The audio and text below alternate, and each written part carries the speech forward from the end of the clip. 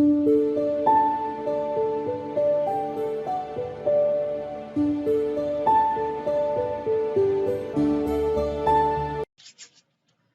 बच्चों, welcome to all of you. बच्चों, मैं हूं डॉक्टर अनंत राज मौर्य और बच्चों मैं आपके साथ इस चैप्टर में डिस्कस करने वाला हूं आज क्लास 11 के NCERT chapter 3 plant kingdom. Okay बच्चों, तो प्लांट किंगडम में हम डिस्कस करेंगे algae, bryophyta, Pteridophyta, gymnosperm, angiosperm and life cycle of alternative generation of plant की लाइफ साइकिल पढ़ेंगे।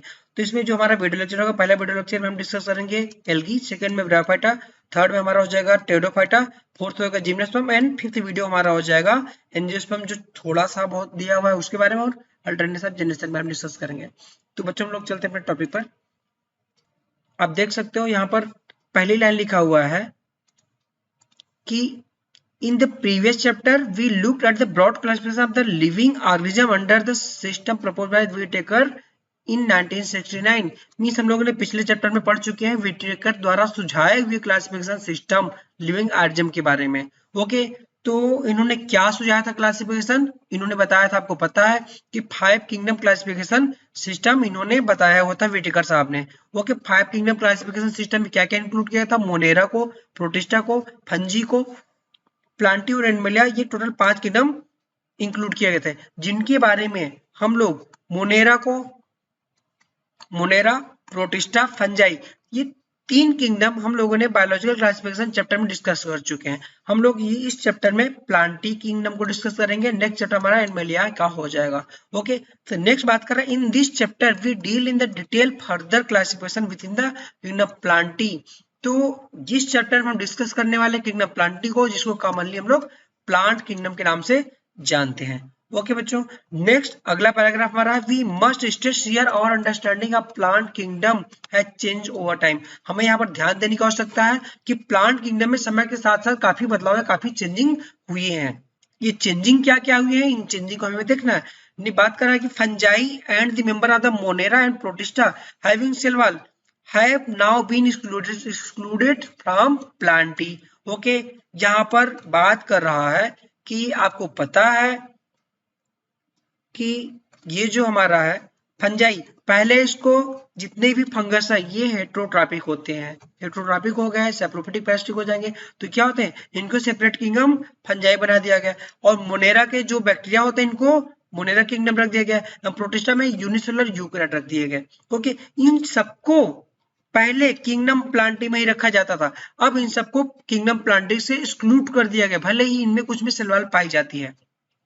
नेक्स्ट बात करते हैं, through earlier classification place them in the same kingdom. वही बात कर रहा है कि पहले के क्लासिफिकेशन सिस्टम में इन सभी को, फंगी को, मोनेरा, प्रोटिस्टा, सबको सेम किंगडम प्लांटी में ही रखा गया था। सो द साइनोबैक्टीरिया, नेक्स्ट बात कर रहा है कि जैसा कि आप जानते हो साइनोबैक्टीरिया को ब्लू ग्रीन एल्गी के नाम से जाना जाता है।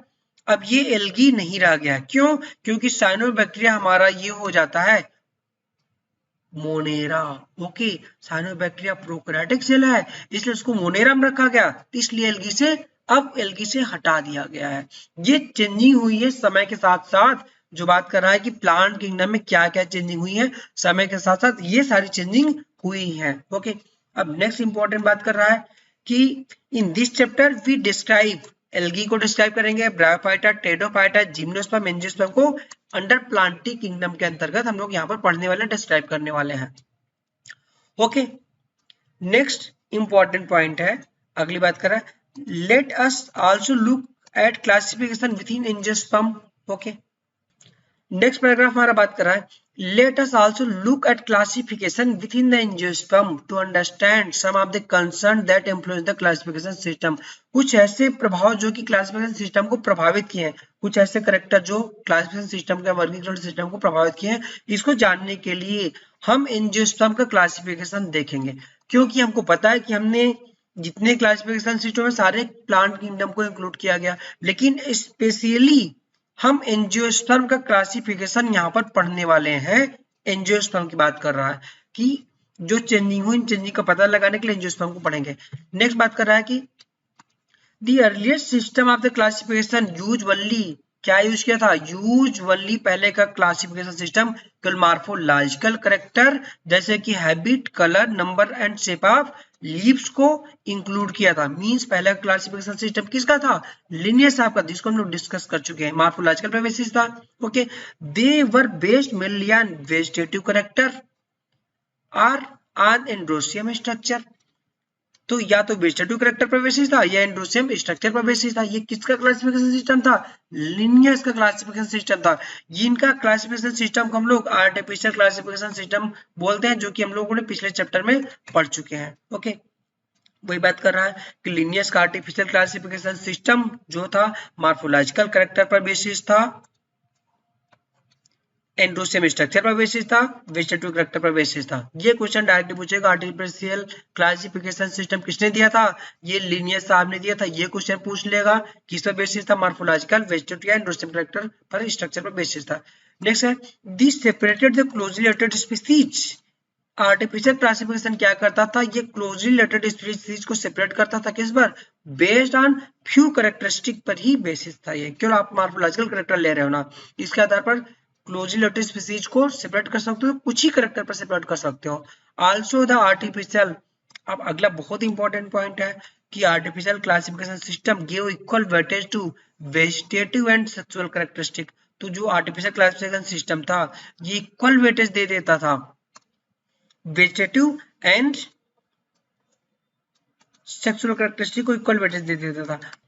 आपको पता है कि जो वेजिटेटिव कैरेक्टर होता है इन्वायरमेंट से, वातावरण से, ये पर्यावरण से प्रभावित हो जाता है। क्यों? जैसे जैसे हमारा पर्यावरण चेंज होता जाएगा, वेजिटेटिव लोग अपनी क्या एडाप्टेशन के तौर पर अपनी मॉर्फोलॉजी चेंज करते चले जाते हैं, प्लांट वगैरह, तो ये वेजिटेटिव कैरेक्टर चेंज हो जाएगा। जबकि सेक्सुअल कैरेक्टरिस्टिक ये चेंज नहीं होता, ये एक जनरेशन से नेक्स्ट जनरेशन में जाता है, चेंज नहीं होता है। इसीलिए लिनियस ने दोनों को इक्वल वेटेज दिया, तो इसीलिए लोगों ने कहा कि ये एक्सेप्टेबल नहीं है। क्यों? क्योंकि वेजिटेटिव कैरेक्टर ये मोर इजिली इफेक्टेड हो जाता है, इन्वायरमेंट से मोस्टली इफेक्टेड हो जाता है, इसलिए हम आपकी इस बात को सहमत नहीं है। इसके अगेंस्ट लोग इनसे जब असंतुष्ट हुए, इनकी बातों से जब सहमत नहीं हुए, तो एक नेक्स्ट क्लासिफिकेशन सिस्टम आया जिसको बोला गया, इसके अगेंस्ट आया नेचुरल क्लासिफिकेशन सिस्टम डेवलप किया गया, जो बेस्ड था mainly based on natural affinities. ये आपके प्राकृतिक संबंधों पर बेसिस था, अमंग दी ऑर्गेनिज्म के प्राकृतिक संबंधों पर ये बेसिस था। और क्या क्या इंक्लूड करता था? एंड कंसिडर करता था, and consider not only external feature but also internal feature like ultra structure, anatomy, embryology and phytochemistry को भी इन्वॉल्व कर लेता था। तो नेचुरल क्लासिफिकेशन सिस्टम आपको पता चल गया, ये नेचुरल एफिनिटीज पर बेसिस था ऑर्गेनिज्म के, और इंटरनल एक्सटर्नल फीचर के साथ साथ internal feature like ultra structure पर बेसिस था, एनाटॉमी, एम्ब्रियोलॉजी एंड फाइटोकेमिस्ट्री, इन सब पर बेसिस था। क्वेश्चन डायरेक्टली बनता है कि नेचुरल क्लासिफिकेशन सिस्टम किस पर बेसिस था। और नेक्स्ट सबसे इंपॉर्टेंट चीज आ जाती है नेचुरल क्लासिफिकेशन सिस्टम की, इसका प्रपोज किसने, इसको दिया किसने था? Such classification system of flowering plant, means flowering plant की बात कर रहा है, इंजेक्शन में ये given by George Bentham and Joseph Dalton Hooker ने इसको दिया था। बहुत इंपॉर्टेंट है कि natural classification system propose by George Bentham and Hooker साहब ने इसको दिया हुआ था ये। ओके, अब हम नेक्स्ट क्लासिफिकेशन सिस्टम यहाँ पर देखेंगे।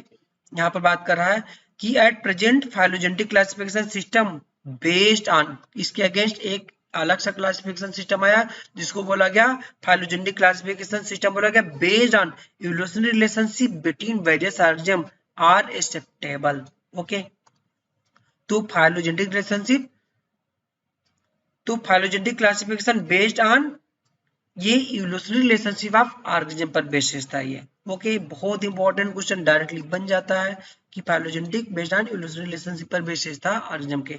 Okay, this assume organism belong to same taxa, इसके आधार पर मींस फाइलोजेनेटिक क्लासिफिकेशन सिस्टम क्या कहता है कि ऑर्गेनिज्म अगर सेम टैक्सा से बिलोंग करता है तो उसका कॉमन एंसेस्टर मींस उसके पूर्वज समान होंगे। इसका कहने मतलब इतना सा था। Okay, we now use information from many other sources to help the resolve difficulty in the classification। इसके लिए हम क्लासिफिकेशन में आने वाली सारी डिफिकल्टी को दूर करने के लिए अदर सोर्स के द्वारा भी इंफॉर्मेशन को यूज कर सकते हैं ये। ओके, तो इंपॉर्टेंट क्वेश्चन बन जाता है, यहाँ पर दिया है फाइलोजेनेटिक क्लासिफिकेशन सिस्टम के बारे में। तो ये क्वेश्चन बन सकता है कि phylogenetic classification given by, this is given by Hutchinson साहब ने फाइलोजेनेटिक क्लासिफिकेशन सिस्टम दिया था, बहुत इंपॉर्टेंट साइंटिस्ट है, इन्होंने दिया था, इसका नाम नहीं दिया है। आपको पता है, आपको उतनी ही चीजें एक्स्ट्रा पढ़नी है जो एनसीईआरटी से रिलेटेड है। जैसे फाइलोजेनेटिक क्लासिफिकेशन सिस्टम किसने दिया था? हचिंसन ने दिया था। ये साइंटिस्ट का नाम नहीं दिया है, बट यहाँ पर दे सकता है। आपको ये चीजें यहाँ पर पढ़नी है, याद करना है फाइलोजेनेटिक क्लासिफिकेशन सिस्टम के बारे में।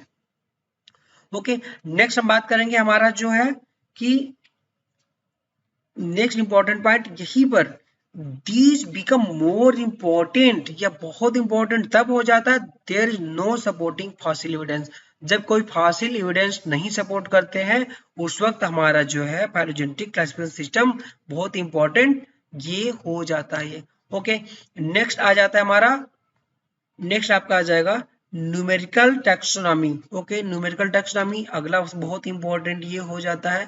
इसमें बात कर रहा है कि which is now usually carried out using computer, इसमें कंप्यूटर का यूज किया जाता है based on all observable characteristic पर बेसिस होता है, और कंप्यूटर का यूज करता है, ये इसके इंपॉर्टेंट है। न्यूमेरिकल आपको पता है न्यूमेरिकल क्या करते हो? न्यूमेरिकल मतलब संख्या, काउंट करना। काउंट किससे करोगे? आप कंप्यूटर सबसे फास्ट कैलकुलेशन करता है ना, तो आप कंप्यूटर यूज करते हो न्यूमेरिकल काउंट करने के लिए। इसमें काउंट कैसे करते हो? करेक्टर को काउंट करना है। इसमें number and code are assigned, इसमें नंबरिंग की जाती है, इसको कोडिंग की जाती है।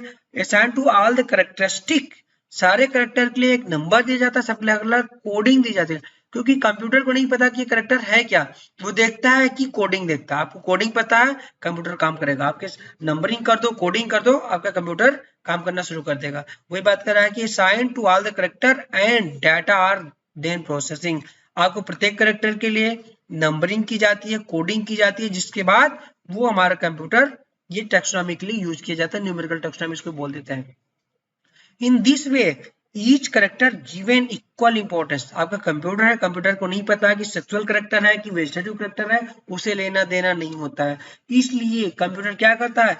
इक्वल वेटेज दे देता है, इक्वल इंपॉर्टेंट दे देता है same time. Okay, equal important character को दे देता है, और सेम टाइम आपको पता है कि कंप्यूटर एक टाइम में हजारों लाखों करेक्टर को काउंट कर सकता है। Same time 100 of character can be considered. Computer से आप जब काउंट करोगे, एक टाइम में आप हजारों करेक्टर को काउंट कर सकते हो। ओके, वही बात करें, in this way each character given equal weightage दिया जाता है प्रत्येक करेक्टर को। ओके, इक्वल इंपॉर्टेंस देगा, एक टाइम में हजारों करेक्टर को काउंट कर सकता है। तो आपको यहाँ पर दो तीन चीजें न्यूमेरिकल टैक्सोनॉमी याद करनी है। एक है कि न्यूमेरिकल टैक्सोनॉमी में कंप्यूटर यूज करता है, दूसरा सारे ऑब्जर्वेबल करेक्टर पर बेसिस होता है, तीसरा कि नंबर एंड कोडिंग की जाती है प्रत्येक करेक्टर के लिए, और इक्वल इंपॉर्टेंस दे देता है, ये सभी करेक्टर को इक्वल इंपॉर्टेंस दे देगा। और इसमें एक टाइम में 100 करेक्टर को, लगभग सैकड़ों करेक्टर को एक बार में काउंट किया जा सकता है, क्योंकि आपको पता है कि कंप्यूटर काफी फास्ट कैलकुलेट करता है, और काफी करेक्टर को एक बार में ही कैलकुलेट किया जा सकता है, जिसको हम काउंट नहीं कर सकते हैं। अगर हमको 100 आप करेक्टर दे दिए जाए एक साथ में काउंट करने के लिए, हम कंफ्यूज हो जाएंगे। बट कंप्यूटर में कोडिंग रहती है, डाटा रहती है, तो बिल्कुल कंफ्यूज नहीं होता, ऑन द स्पॉट आपके करेक्टर को ये प्रोसेसिंग करके अलग कर देता है। नेक्स्ट इंपॉर्टेंट है कि cytotaxonomy, that is based on cytological information like chromosome number, structure, behaviour.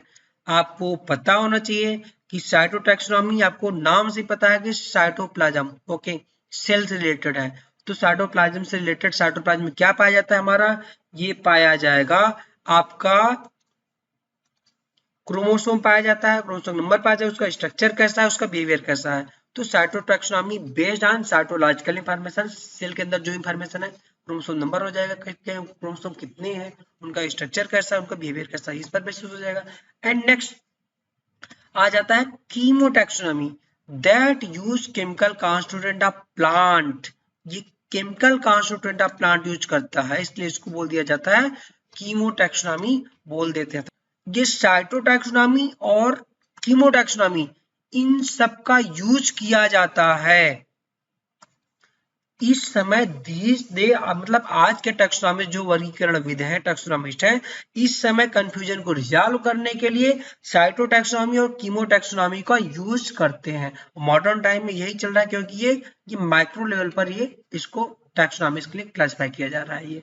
Okay, question पूछेगा कि this day use cytotaxonomy and कीमोटैक्सोनॉमी दोनों यूज की जा रही हैं। ओके, तो हम डिस्कस करते हैं एल्गी। एल्गी का पहला पैराग्राफ क्या बात कर रहा है? Algae are the chlorophyll bearing simple thalloid autotrophic largely aquatic both fresh water and marine water हो जाते हैं अर्जियम। तो पहला पॉइंट ही इंपॉर्टेंट है, ये सिंपल हो सकते हैं, थैलाइड हो सकते हैं, ऑटोट्रॉपिक मींस इसमें क्लोरोफिल पाया जाएगा। ये प्लांटी किंगडम के आपको पता है, जब प्लांटी किंगडम के है तो इनमें क्लोरोफिल पाया जाएगा। क्लोरोफिल पाए जाएंगे तो इनमें फोटोसिंथेसिस होगी, फोटोसिंथेसिस होगी तो ऑटोट्रॉपिक नेचर के ये हो जाएंगे। और लार्जली एक्वेटिक, ज्यादातर इसके पानी में पाए जाते हैं, और इसमें उसमें भी फ्रेश वाटर और समुद्र दोनों में स्थानों पर पाए जाते हैं ये अर्जियम जो एल्गी होते हैं। They occur in the variety of other habitat, इसके अलावा पानी में पाए जाते हैं लार्जली, आपको पता है कि लार्जली पानी में पाए जाएंगे, लेकिन इसके अलावा भी पाए जाते हैं। इसके अलावा बात कर रहा है अदर हैबिटेट लाइक क्या, मॉइस्ट स्टोन हो जाएगा, सॉइल हो सकता है, और लकड़ी हो सकती है, इन सब पर भी ये पाए जा सकते हैं। And some of them occur in the association with fungi, कुछ होते हैं जो कि फंगस के एसोसिएशन, फंगस के एसोसिएशन आपको पता है, पिछले चैप्टर आपने पढ़ा था कि एल्गी और फंगाई के एसोसिएशन को हम लोग लाइकेन बोल देते हैं। एंड एनिमल में पाए जाते हैं, एनिमल में लाइक स्लोथ बियर जो होता है उसके ऊपर भी ये पाए जाते हैं ये।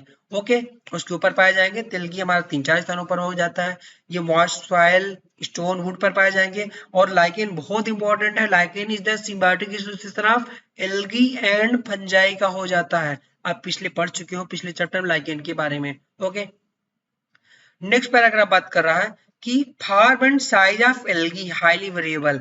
एल्गी जो होता है ये इसका फॉर्म और साइज काफी इसका वेरिएबल हो जाता है, ये मींस कभी छोटा होगा माइक्रोस्कोपिक हो जाएगा, कभी बहुत बड़े पाए जाएंगे। ओके, रेंजिंग फ्रॉम, जो रेंज कर रहा है साइज और फॉर्म का variability, ranging from colonial form like Volvox, रट डालना कि कॉलोनियल कौन सा होता है, कॉलोनियल हमारा वॉलवॉक्स हो जाता है। Filamentous form like Ulothrix and spirogyra, ये हमारा ये फिलामेंटस ये हो जाता है ये। तो कॉलोनियल हमारा वॉलवॉक्स हो जाएगा, फिलामेंटस स्पायरोगारा एंड यूलोथ्रिक्स हो जाता है। इतनी ये बहुत इंपॉर्टेंट पॉइंट है। नेक्स्ट बात कर रहा है कि a few marine form such as kelp, कुछ और इंपॉर्टेंट बात कर दिया यहाँ पर, कुछ मरीन एल्गी लाइक क्या केल्प की बात कर रहा है, फॉर्म मैसिव प्लांट बॉडी। जो केल्प होता है जो कि ब्राउन एल्गी हो जाता है, ये बहुत ही बड़ी प्लांट बॉडी का स्ट्रक्चर फॉर्मेशन कर लेता है ये, बिल्कुल इसको रट डालना एल्गी के बारे में। नेक्स्ट बात क्या है कि algae reproduces bye vegetative, asexual and sexual method. Algae में रिप्रोडक्शन वेजिटेटिव होगा, सेक्सुअल एसेक्सुअल रिप्रोडक्शन हो जाता है ये। ओके, तो यहाँ पर आपको ध्यान देना है asexual, vegetative and sexual method. Vegetative reproduction fragmentation द्वारा हो जाता है। अगला पैराग्राफ बात कर रहा है कि वेजिटेटिव रिप्रोडक्शन बाई फ्रेगमेंटेशन, बिल्कुल रट डालना, सारी एल्गियों में वेजिटेटिव रिप्रोडक्शन फ्रेगमेंटेशन के द्वारा होगा। ईच फ्रेगमेंट, जो हमारा प्रत्येक फ्रेगमेंट है, प्रत्येक बॉडी का जो टुकड़ा है, ये डेवलप हो जाएगा थाइलस ग्रुप में, मेन प्लांट बॉडी फॉर्मेशन कर लेता है। अब नेक्स्ट बात क्या है कि एसेक्सुअल रिप्रोडक्शन जो है, asexual reproduction different type of spore के द्वारा हो जाता है ये। Okay, different type of spore के द्वारा हो जाएगा। और मोस्ट कॉमन जो स्पोर होता है उसको हम लोग जू स्पोर बोलते हैं। जू स्पोर हमारा एसेक्सुअल रिप्रोडक्टिव स्ट्रक्चर हो जाता है ये। एसेक्सुअल रिप्रोडक्शन बाय जू spore, vegetative reproduction by fragmentation हो जाता है। नेक्स्ट हम बात करेंगे जू स्पोर जो होता है, ये इसमें फ्लैजेला पाया जाएगा तो मोटाइल हो जाएंगे, अगर फ्लैजेला नहीं पाया जाएगा तो नॉन मोटाइल हो जाता है ये। तो जो ये हमारा जूस्पोर है ये मोटाइल होता है अगर फ्लैजेला पाया जाएगा तो। और ये प्रत्येक जूस्पोर जो होते हैं ये जूस्पोर जर्मिनेट करते हैं, जर्मिनेट करने के बाद न्यू प्लांट बॉडी का फॉर्मेशन कर लेते हैं। जो जूस्पोर है ये जर्मिनेट करने के बाद न्यू प्लांट बॉडी का फॉर्मेशन कर लेते हैं। ओके, नेक्स्ट बात कर रहा है, हमने पढ़ लिया वेजिटेटिव एसेक्सुअल पढ़ लिया, क्योंकि आपको पता है सबसे ज्यादा कंफ्यूजन आपको यहाँ पर एल्गी के रिप्रोडक्शन से होता है। इसलिए मैं डिस्कस कर रहा हूँ। वेजिटेटिव डिस्कस कर लिया, एसेक्सुअल कर लिया, अब हम डिस्कस करेंगे सेक्सुअल। नेक्स्ट बात करें sexual reproduction take place through fusion of two gamete. तो सेक्सुअल रिप्रोडक्शन दो गैमीट के फ्यूजन से हो जाता है। ये गैमीट जो है, ये गैमीट फ्लैजिलेटेड है, लेकिन अगर सिमिलर साइज में है तो यूलोथ्रिक्स हो जाता है ये। तो बिल्कुल इसको रट डालना कि गैमीट फ्लैजिलेटेड होते हैं, अगर ये गैमीट आपस में सिमिलर साइज में एक ही समान साइज में समान है तो यूलोथ्रिक्स हो जाएगा। अगर नॉन फ्लैजिलेटेड है, नॉन मोटाइल हो जाएंगे। ये स्पायरोगारा बिल्कुल बहुत इंपॉर्टेंट है, ये कई बार नीट में क्वेश्चन आ चुका है स्पायरोगारा के बारे में। ओके, स्पायरोगारा का गैमीट जो होता है वो हमारा नॉन फ्लैजिलेटेड होगा, इसलिए नॉन मोटाइल हो जाएगा, जबकि यूलोथ्रिक्स का ये फ्लैजिलेटेड हो जाता है और मोटाइल हो जाता है ये। ओके, इस तरीके के रिप्रोडक्शन को जब हमारे गैमीट सिमिलर साइज के हो जाते हैं, सिमिलर साइज को हो जाता है, इस कंडीशन को बोला जाता है आइसोगेमस कंडीशन बोल दिया जाता है। इस तरह के रिप्रोडक्शन को आइसोगेमस बोल देते हैं। लेकिन अगर अगला बात कर रहा है, अगर दो गैमीट डिसिमिलर साइज के हैं, एग्जाम्पल के तौर पर यूडोरिना हो जाता है, इस कंडीशन को हम लोग बोल देते हैं एनाइसोगेमस टाइप, हम इसको बोल देते हैं ये। ओके, बिल्कुल रट डालना। दो कंडीशन यहाँ पर आपके बहुत इंपॉर्टेंट है। पहली कंडीशन है कि आइसोगेमस सिमिलर साइज, अगर हमारा सिमिलर विथ फ्लैजिलेटेड है तो हमारा यूलोथ्रिक्स हो जाएगा। सिमिलर विथ नॉन फ्लैजिलेटेड है तो स्पायरोगारा हो जाएगा।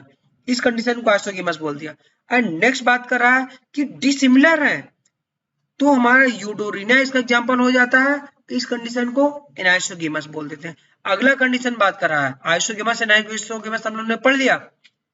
अब बात कर रहा है कि अगर ये जो गैमीट होते हैं एक बड़ा सा हो जाए और दूसरा छोटा हो जाए। अगर बड़ा सा है, नॉन मोटाइल है, स्टैटिक है, तो फीमेल हो जाएगी, रुकी रहेगी। ओके, लेकिन छोटा सा है और मोटाइल है, मेल गैमीट बोल देते हैं। इस कंडीशन को बोला जाता है oogemus कंडीशन। oogemus पाया जाता है फ्यूकस एंड वॉल्वॉक्स में। बहुत इंपॉर्टेंट ये हो जाता है, आप इसको रट डालना है यहाँ पर बिल्कुल। तो fusion between one large and non motile है, ये फीमेल गैमेट हो जाएगा। लेकिन स्मॉलर है और मोटाइल है तो ये मेल गैमेट हो जाता है। और एक बड़ा एक छोटा है, इस कंडीशन को लोग oogemus बोलते हैं। वॉल्वॉक्स एंड फ्यूगस, ये रट डालो, बहुत इंपॉर्टेंट है। मैंने एल्गी के रिप्रोडक्शन पर मैंने टाइम दिया है क्योंकि ये यहाँ से क्वेश्चन बनता है, बहुत इंपॉर्टेंट क्वेश्चन बनता है, आप मिस्टेक कर देते हो। अब हम देखेंगे यहाँ पर एल्गी का जो डायग्राम है, आप यहाँ पर देखो एल्गी का ये डायग्राम देख सकते हो। यहाँ पर ये हमारा वॉल्वॉक्स है और ये हो जाता हमारा यूलोथ्रिक्स हो जाएगा।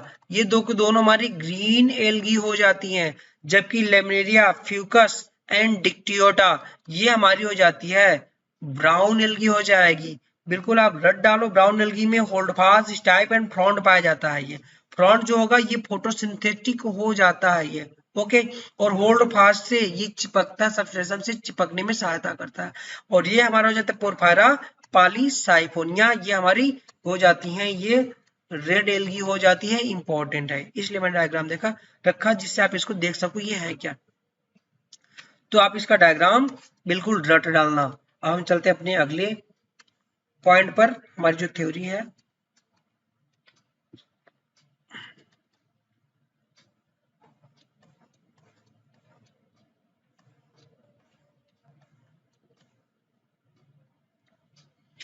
यहाँ पर आप ध्यान दीजिए, algae are the useful to man to variety of ways. Okay, algae का जो ह्यूमन के लिए यूजफुल है, कई तरीकों से ह्यूमन के लिए एल्गी यूजफुल हो जाती है। एट लीस्ट, यहाँ पर बहुत इंपॉर्टेंट पॉइंट है, नीट में क्वेश्चन आ चुका है। At least half of the total carbon dioxide fixation on earth carried out by algae through photosynthesis. बहुत इंपॉर्टेंट है, पूरे पृथ्वी पर जितना हमारा कार्बन डाइऑक्साइड का फिक्सेशन होता है उसका 50%, अगर हमारा 100 बिलियन टन कार्बन डाइऑक्साइड का फिक्सेशन होगा तो 50 बिलियन टन हमारा केवल एल्गी फोटोसिंथेसिस द्वारा ये फिक्स कर देती हैं। रेस्ट 50 बिलियन टन आपके अदर एंजियोस्पर्म, जिम्नोस्पर्म, टेट्राब्रायो जो है वो मिलकर करते हैं। नेक्स्ट इंपॉर्टेंट बात कर रहा है, जो क्वेश्चन नीट में आ चुका है, बीइंग फोटोसिंथेटिक, एल्गी फोटोसिंथेटिक होंगी तो ऑक्सीजन को इवॉल्व करेंगी, इस वजह से they increase the level of dissolved oxygen in their immediate environment. ये क्वेश्चन में ऑप्शन के रूप में नीट में आ चुका है कि एल्गी फोटोसिंथेटिक होती हैं, इस वजह से अपने चारों तरफ जब ऑक्सीजन निकालेंगी, क्योंकि पानी में पाई जाएंगी, जब ये वाटर में पाई जाएंगी तो वाटर में ही ऑक्सीजन को चारों तरफ डिजॉल्व कर देती हैं। यही ऑक्सीजन जो है एक्वेटिक एनिमल्स के लिए ये लिविंग का रीजन बन जाता है, उन्हें ऑक्सीजन प्रोवाइड करवाता है ये एल्गी। जैसे हमारे एटमॉस्फेयर में कौन से पौधे प्लांट ऑक्सीजन रिलीज करते हैं ना, उसी तरह एक्वेटिक एनवायरनमेंट पानी में हमारा जो वाटर में है ये एल्गी ऑक्सीजन को रिलीज करता है प्री इमीडिएट एनवायरनमेंट में डिजॉल्व करके। ओके, ये लाइन नीट में आ चुकी है, मैं क्वेश्चन अभी दिखाता हूँ। They are the paramount importance as primary producer of energy rich compound which form basis of food cycle of aquatic animals की बात कर रहा है। ये जो एल्गी हैं ये वाटर में पाए जाते हैं, पानी में पाए जाएंगे, तो वहां पर एल्गी भी आपके फोटोसिंथेसिस करेगा, क्लोरोफिल आ जाएगा, फोटोसिंथेसिस करेगा तो ये प्रोड्यूसर हो जाता है। तो प्राइमरी प्रोड्यूसर ये हो जाते हैं, प्राइमरी प्रोड्यूसर होंगे तो एनर्जी रिच कंपाउंड फॉर्मेशन करेंगे, जो कि सारे एक्वाटिक एनिमल्स के लिए ये एनर्जी का, ये फूड का बेसिस हो जाता है। यही वाटर में क्या करते हैं, फूड प्रोवाइड कराते हैं। अगर आप ध्यान दो, आप जमीन पर हो, मिट्टी में हो, यहाँ पर पेड़ पौधे लगाए, तरह तरह के पेड़ पौधे प्राइमरी प्रोड्यूसर में आपको फूड प्रोवाइड करवाते हैं। लेकिन आप समुद्र में चले जाओ, वहां पर कोई पेड़ पौधा दिखता है क्या? कोई पेड़ पौधा नहीं दिखता है। तो वहां पर एनिमल्स पाए जाते हैं, उन एनिमल्स को आप खाना देने जाते हो क्या? आप खाना नहीं देने जाते हो। उन एनिमल्स को खाना देने वाला कौन होता है? ये एल्गी होता है। फोटोसिंथेसिस रहेगा, माइक्रोस्कोपिक होता है ना, पानी में तैरता रहेगा, वहां पर फोटोसिंथेसिस कर करके नीचे सारी फिश वगैरह को, सारे एक्वेटिक एनिमल्स को फूड प्रोवाइड करवाता रहता है, यही प्रोवाइड करवाता है। नेक्स्ट इंपॉर्टेंट पॉइंट है कि many species of Porphyra, Laminaria and Sargassum are among the 70 species of marine algae used as food. बात कर रहा है, बहुत इंपॉर्टेंट है। यहां पर आपको पता है कि कुछ स्पीसीज किसकी, पोरफायरा की, लेमनेरिया की, सार्गेसम की, तीन नाम है, तीनों याद कर लेना। पोरफायरा, लेमनेरिया, सार्गेसम, ये उन समुद्र की 70 स्पीसीज में से एक है। मींस समुद्र में पाए जाने वाली 70 स्पीसीज हैं, जिनमें पोरफायरा, लेमनेरिया, सार्गेसम, इनकी कुछ स्पीसीज जो है ये फूड की तरीके से खाई जाती है। मेनली फूड के लिए हमारी यही तीन पोरफायरा, लेमनेरिया, सार्गेसम की स्पीसीज ही यूज की जाती है। ये तीनों 70 हमारी ये समुद्री एल्गी में से एक है। ओके, 70 स्पीसीज में से 3 स्पीसीज इनकी जो फूड के रूप में यूज की जाती है।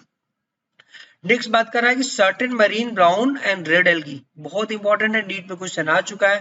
कुछ मरीन ब्राउन और red algae produces large amount of hydrochloride. Hydrochloride means क्या? वाटर होल्डिंग सब्सटेंसेस जो हाइड्रोक्लोराइड प्रोवाइड करते हैं, उन हाइड्रोक्लोराइड को बोला जाता है एल्जीन, जो कि ब्राउन एल्गी से ऑब्टेन किया जाता है, एंड कैरागीन, जो कि रेड एल्गी से ऑब्टेन किया जाता है, कमर्शियली यूज की जाती हैं ये। ओके, यहाँ पे इंपॉर्टेंट है, क्वेश्चन देता है कि algin obtain from brown algae, directly question आ जाता है, कई बार क्वेश्चन आया हुआ है। And carrageenan obtain from red algae, ये क्वेश्चन भी नीट में आया हुआ है। कैरागीन रेड एल्गी से ऑब्टेन होता है, एल्जीन ब्राउन एल्गी से ऑब्टेन ये हो जाता है ये। ओके, तो यहाँ पर रेड एल्गी और ब्राउन एल्गी दो के दोनों हाइड्रोक्लोराइड्स, एक तरीके का सब्सटेंसेस होता है हाइड्रोक्लोराइड्स, वो होते हैं हाइड्रो मतलब वाटर, क्लोराइड, वाटर को सोखने वाले क्लोराइड को हाइड्रोक्लोराइड बोल देते हैं, मींस वाटर होल्डिंग सब्सटेंसेस। जैसे आपका प्रोटीन है, प्रोटीन चने वगैरह में प्रोटीन पाया जाता है, उसका भिगो देते हो तो ढेर सारा पानी सोख लेता है, उसी तरीके से हाइड्रोक्लोराइड होता है ये, जो कि वाटर इकट्ठा करता है, वाटर को सोख लेता है। इस कंडीशन को, ऐसे केमिकल को हाइड्रोक्लोराइड बोल दिया जाता है ये। ओके, तो हाइड्रोक्लोराइड, एल्जीन और कैरागीन, ये क्वेश्चन कई बार नीट में आया हुआ है। Algin obtain from brown algae, carrageenan obtain from red algae से ऑब्टेन किया जाता है। नेक्स्ट है अगला इंपॉर्टेंट, ये भी क्वेश्चन आ चुका है कि agar one of the commercial product obtain from Gelidium and Gracilaria, okay, used to grow microbe and preparation of ice cream and jelly. Agar agar के बारे में भी क्वेश्चन आया हुआ है अच्छा खासा। एगार agar obtain from Gelidium and gracilaria, directly question यही पूछता है। एगार agar obtain from Gelidium and gracilaria से ऑब्टेन किया जाएगा। और एगार किस में यूज किया जाता है? आइसक्रीम और जेली, जो आइसक्रीम आप खाने जाते हो, वो टेस्टी के साथ आइसक्रीम खाते हो ना, तो ये एगार उसमें भी यूज किया जाता है ये। जेलेटियम ग्लिसरीन सब्सटेंस किया जाता है। और आप ध्यान दो, अगर आपको कभी पेशाब में मींस यूरिन इन्फेक्शन हो जाता है, आपको यूरिन इन्फेक्शन हो जाएगा, आपकी यूरिन में बर्निंग मिक्सचुरेशन, आपके पेशाब में जलन के साथ आपको अगर पेशाब होती है, आपको डॉक्टर पास जाते हो, डॉक्टर बोलता है कि आपके पेशाब में इन्फेक्शन हो चुका है, आप इसका यूरिन का कल्चर एंड सेंसिटिविटी करवा कर रिपोर्ट लाओ, तो डॉक्टर आपको दवा बताएगा। तो ये कल्चर में क्या करते हैं, इन यूरिन के कुछ पार्टिकल को लेकर के इस एगार की जो एगार की आपकी प्लेट है ना, एगार की प्लेट इस तरीके से गोली सी प्लेट हो जाती है, यहाँ पर एगार पड़ा रहता है, यहाँ पर आपके जो यूरिन का सैंपल होता है थोड़ा सा डाल दिया जाता है, तो अगले दिन देखा जाता है 24 घंटे बाद यहाँ पर बैक्टीरिया की ढेर सारी कॉलोनी ग्रो कर जाती है। इन बैक्टीरिया को सेंसिटिविटी लगाई जाती है, जब सेंसिटिविटी करेंगे तो पता चल जाता है कौन सी एंटीबायोटिक आपकी वर्कअप करती है।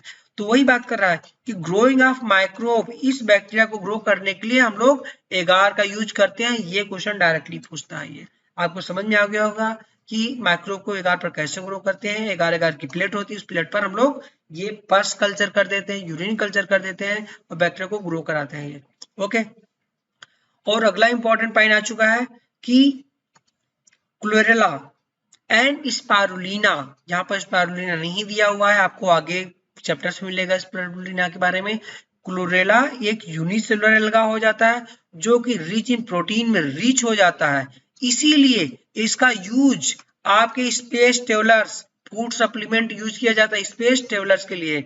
स्पेस ट्रेवलर्स वो होते हैं जो कि आपका चांद पर जाते हैं या फिर ऊपर अंतरिक्ष में जो इंटरनेशनल स्पेस स्टेशन है वहां पर कुछ साइंटिस्ट रहते हैं, आपको पता है, आपने पढ़ा होगा पेपर वगैरह में कि कुछ साइंटिस्ट ये आसमान में 6 महीने बिताने के बाद धरती पर वापस आए, तो आसमान में कोई पेड़ पौधा तो है नहीं उनको खाना देने के लिए कि उनको खाना देगा, तो वहां पर उनको खाना देने के लिए क्या यूज किया जाता है, यही क्लोरेला यूज किया जाता है। ये क्लोरेला क्या है, क्लोरेला आपको पता है कि ये प्रोटीन रिच होता है, बहुत ज्यादा प्रोटीन पाई जाती है, इसलिए क्लोरेला को हम लोग यूज कर देते हैं स्पेस ट्रेवलर्स के भोजन के लिए यूज कर देते हैं।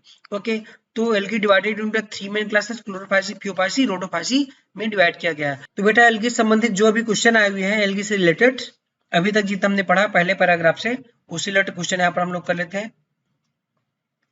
आप यहाँ पर देखो, ये क्वेश्चन है कि नीट 2020 का क्वेश्चन है, which are the following pairs is unicellular alga. Okay, unicellular alga अभी आपने पढ़ा, ये क्लोरेला होता है। Laminaria brown algae, Sargassum brown algae multicellular हो जाएगा। नो, जिलेटियम ग्लिसरीलिया ये हमारी रेड एल्गी हो जाती है ये। ओके, ये हमारी ब्राउन एल्गी थी। एनाबिना एंड वॉल्वॉक्स, एनाबिना ये हमारा पता है कि ये ब्लू ग्रीन एल्गी है, बीजीओ हो जाती है। Volvox this is the colonial alga ये हो जाता है। ओके, ये कॉलोनियल एल्गा ये हो जाता है ये। ओके, सो यूनिसेलुलर एल्गा कौन सा हो गया, यूनिसेलुलर एल्गा हमारा क्लोरेला एंड स्पारुलिना हो जाता है। आप यहाँ पर अपने पेज पर देखो, यहाँ पर आप देखोगे आपको यहाँ पर दिख रहा है ना कि ये क्लोरेला जो कि यूनिसेलुलर एल्गा है, डायरेक्टली यहाँ से क्वेश्चन आया हुआ है ये। ओके, हम नेक्स्ट क्वेश्चन देखते हैं। अगला क्वेश्चन हमारा है, नेक्स्ट क्वेश्चन है हमारा कि example of the colonial alga. Okay, colonial alga की मैंने अभी आपको डायग्राम दिखाया था। कॉलोनियल एल्गा हमारा वॉल्वॉक्स हो जाता है। ओके, आप यहाँ पर डायग्राम देखो कॉलोनियल एल्गा का, ये डायग्राम से क्वेश्चन आपका उठाया हुआ है, आप यहाँ पर ध्यान दो।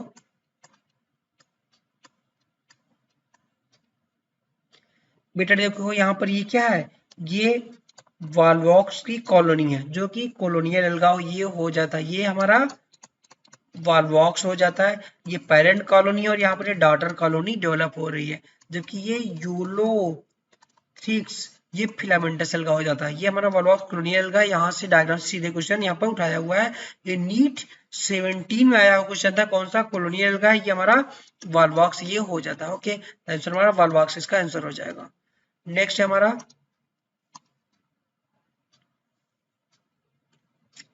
बेटा, नेक्स्ट क्वेश्चन हमारा है कि जाइगोटिक मियोसिस कैरेक्टरिस्टिक ऑफ। तो जाइगोटिक मियोसिस आपको पता है पाया जाता है किसमें, this is found in algae and fungi में जाइगोटिक मियोसिस पाई जाती है। ओके, तो आप यहाँ पर ध्यान दो कौन सा हमारा एल्गी और फंजाई है। Okay, मार्केंसिया this is the bryophytes है, नीट 2017 का क्वेश्चन ये था। ओके, तो ये होगा नहीं, ओके, ये फ्यूनेरिया ये भी ब्रायोफाइट्स हो जाता है, ये दोनों ब्रायोफाइटा हो गए, तो ये दोनों होंगे नहीं। अब बचता है फ्यूकस एंड क्लाइडोमाइडोमोनास। आप कहोगे फ्यूकस ये भी तो हमारा एल्गा है, ये क्लाइडोमोनास ये भी एल्गा बात करोगे। ओके, तो यहाँ पर आप कंफ्यूज हो, यहाँ पर होगा कौन जाइगोटिक मियोसिस की बात कर रहा है। तो फ्यूकस यहाँ पर ध्यान देना, फ्यूकस ये हो जाता है हमारा ब्राउन एल्गी हो जाती है। और ये स्पेशली फ्यूकस जो है ये हमारा है डिप्लॉन्टिक एल्गा हो जाता है। फ्यूगस हमारा डिप्लॉन्टिक एल्गा हो जाता है, मीन्स इसकी पूरी प्लांट बॉडी जो होगी ये 2n अवस्था में पाई जाती है। जबकि जाइगोटिक मियोसिस के लिए हमारा 2n स्टेज केवल और केवल ये जाइगोट होता है। उसका जाइगोट में तुरंत ये मियोसिस हो जाएगी और इन प्लांट बॉडी बन जाती है ये। ओके, तो जाइगोटिक मियोसिस के लिए हमारी प्लांट बॉडी कैसी होनी चाहिए, यन या हेप्लॉइड होनी चाहिए। जबकि ब्राउन एल्गा जो हमारा फ्यूकस है ये तो हमारा डिप्लॉन्टिक एल्गा, पूरी प्लांट बॉडी हमारा इसका 2n है। ओके, जब 2n है तो यहाँ पर जाइगोट के द्वारा जो प्लांट बॉडी डेवलप होगी वो हमारी प्लांट बॉडी में डेवलप हो जाएगी। ओके, और यहाँ पर आप देखो जाइगोट बनेगा, जाइगोट के बाद हमारा ये प्लांट बॉडी बन जाएगी, 2n होगी, 2n जाइगोट था, 2n प्लांट बॉडी होगी, तो मियोसिस कहाँ हुई, इस प्लांट बॉडी में। यहाँ पर प्लांट बॉडी में मियोसिस हो जाएगा, प्लांट बॉडी मियोसिस हो जाएगा तो यहाँ पर हमारा गैमीट या स्पोर बनेगा।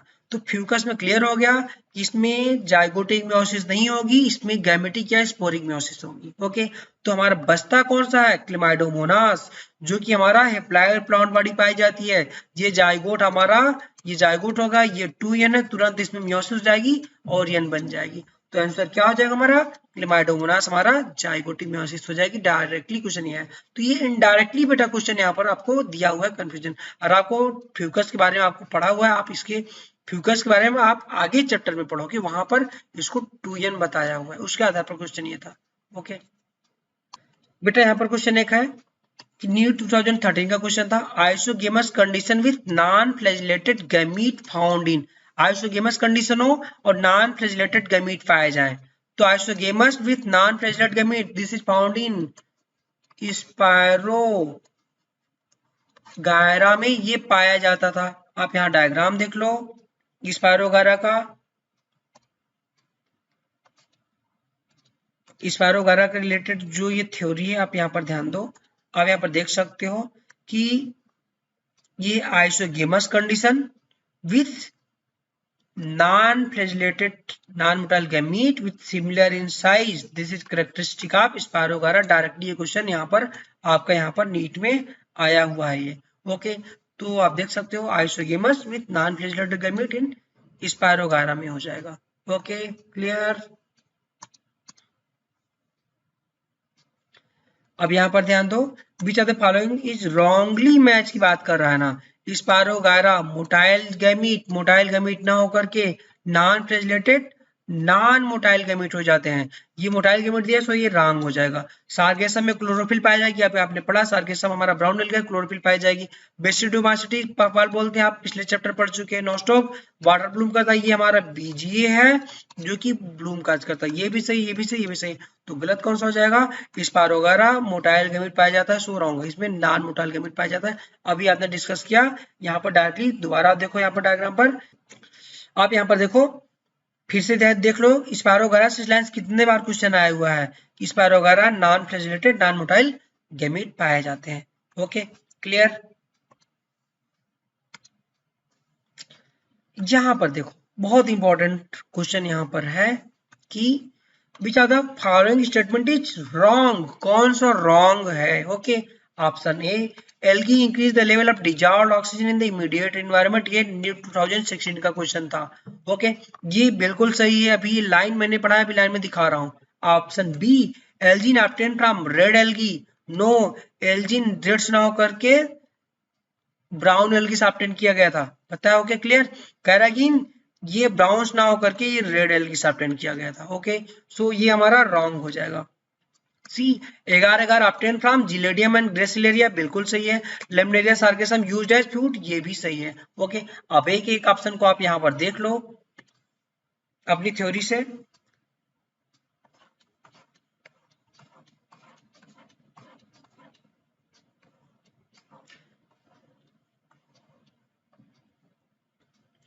आपका यहां से आया हुआ था क्वेश्चन, क्या था कि एल्गा इमीडिएट इन्वायरमेंट में ऑक्सीजन को डिजॉल्व कर देते हैं, increase level of dissolve oxygen immediate environment. ये आपका पहली लाइन है, आप पहली लाइन देखो क्वेश्चन की। क्वेश्चन का पहला लाइन क्या है कि algae increase the level of dissolve oxygen immediate environment, आपने देखा यहाँ पर आपकी थ्योरी पर ये पहली लाइन हो जाती है। ओके, नेक्स्ट हम देखते हैं अगला लाइन, अगला क्वेश्चन हमारा क्या है इस क्वेश्चन पर हमारा, कुछ पे algin obtain from red algae. Okay, and agar agar के बारे में लेमिनेरिया के बारे में दिया हुआ है क्वेश्चन में।